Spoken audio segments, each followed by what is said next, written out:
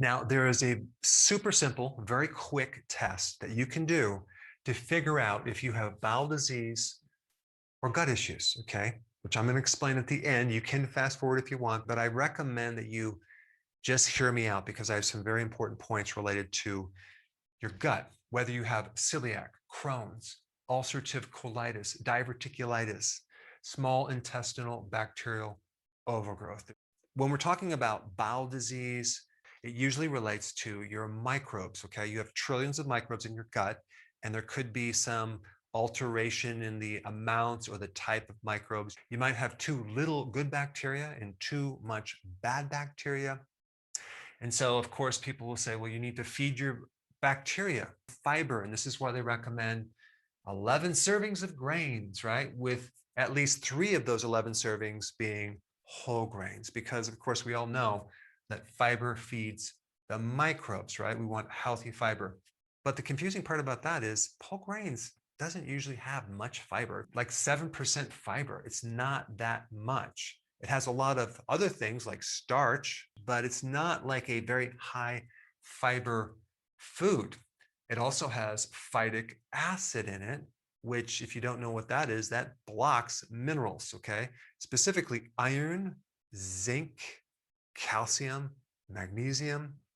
It tightly binds minerals. So if anyone were to tell you that, well, grains are nutrient dense, just bring up this point about phytic acid. That blocks the nutrition in whole grains. But in refined grains, there is not hardly any nutrition because they're refining it. That's why they have to fortify or enrich the grains with a couple synthetic vitamins. And then they can call it a nutrient-dense foods because you're adding a couple synthetic vitamins.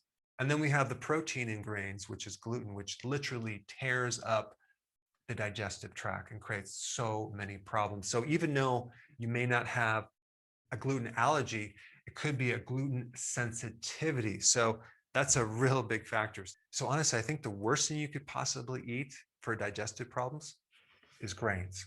Now, when we talk about fiber in general, people associate you have to eat enough fiber to prevent constipation, because we all know for a fact that constipation is just a lack of fiber. And if you just take more fiber, then you can actually go on a regular basis. Now, there's a lot of different types of fiber out there. You have the fiber from the grain, you have fiber from salad, right? That's a good amount of fiber. Plus, the salad has no gluten. It has very little amounts of phytic acid, except maybe in certain things like spinach that has oxalates and phytic acid. It also has a lot of nutrients: potassium, magnesium, folic acid, vitamin C. So of course, salad would be a much better fiber than grains. And then you have all these new functional fibers they're talking about in all the keto treats, like the SIBO corn fiber and the tapioca fiber and the inulin and the chicory root, okay? With so many people having digestive bloating and gas from these products, it's just off the chart. So what is happening in the colon that's creating all this bloating and gas? Well, you're getting this fermentation, okay? These microbes are attempting to break down some of these fibers, and they're releasing a lot of methane gas and other gases and all sorts of things that are creating distension and pain in your colon.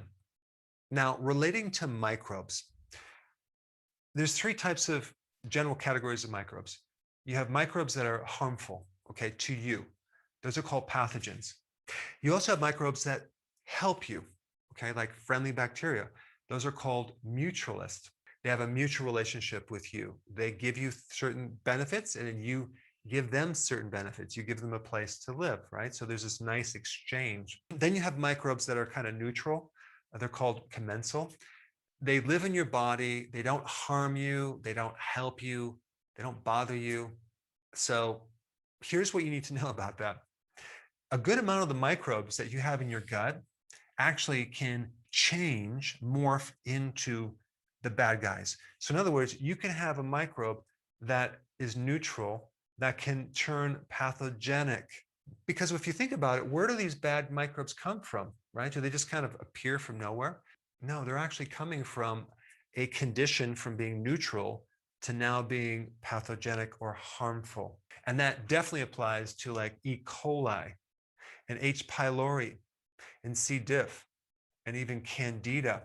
When the environment of your gut changes, these microbes shift their state of beingness, their condition, and they can start creating trouble for you.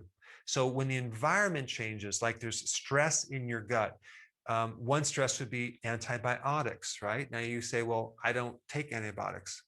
Did you realize that wheat, that grain that you took, was sprayed with glyphosate, which is an herbicide and classified as an antibiotic? In fact, the company that created this product also got a patent with a different application. So glyphosate is an antibiotic. It kills microbes in the soil and it kills microbes in your gut. So we can add another one to this list with the phytic acid, the gluten, and now that's considered an antibiotic, which is really bizarre to me that they are recommending the majority of your calories should be grains, the actual thing that would create so many problems for your gut. I mean, it's mind-blowing. And of course, there's other things that throw off the environment. You have drugs, you have junk food, alcohol, artificial sweeteners. That's another one that can disrupt your gut. I think, and I predict down the road, we will see these functional fibers, like the corn fibers and this tapioca fibers, being something that alters the environment for the microbes to turn them from good to bad. And so when we're dealing with these gut issues, we do need to recognize and understand that these microbes are very, very important. They're the most successful in survival. They've adapted to the harshest conditions. They can live at the bottom of the ocean. They can live in the clouds. They can live in lava. I mean, it's just incredible how they've adapted. They're the most numerous. They're the most diversified, and we depend on them. And without them, we would not even be alive. They're a big part of our immune system. They help make vitamins. They help us with digestion, and they give us secondary kind of compounds that are beneficial to our health. Now, let's get to the important way to determine if you have gut issues, okay? Here we go. Step 1, eliminate all fiber from your diet for 3 days, okay? That's step 1. See how you feel. Step 2, add the fiber back into the diet for 3 days. Now compare how you felt when you eliminated the fiber versus when you added the fiber, and then you'll really know for sure if you have gut issues. It could be inflammation, it could be some other type of dysbiosis going on with your gut, but that's a really simple way, without having to go through a bunch of testing, without having to wait for some scientific study, without having them to put you under and having a scope go into your intestine. Simply eliminate your fiber and see if you feel better. Then you know for sure something is going in your gut, and that's the diet that's going to work best for you right now. If you add the fiber and you feel better, chances are you don't have a gut issue, and you just now fed the microbes and now they're happy because they have some food. Of course, the fiber I'm recommending is from vegetable fiber like salads. But here's the question. If you eliminate fiber, isn't that the only food for microbes? Aren't your microbes going to die off because they have no more food? Well, like I said before, microbes can adapt to almost any condition.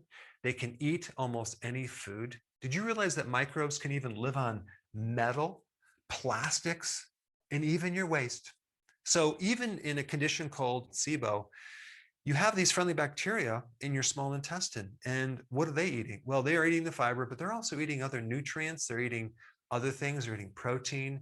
So if your body does not do well on fiber, then don't consume fiber. And I know in my books and things, I recommend 7 to 10 cups of salad per day, but some people can't do that.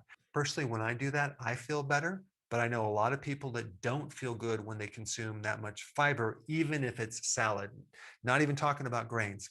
In fact, I was puzzled back then when I consumed more meat, okay, and not any more grains. Of course, at that time, I wasn't consuming any salad.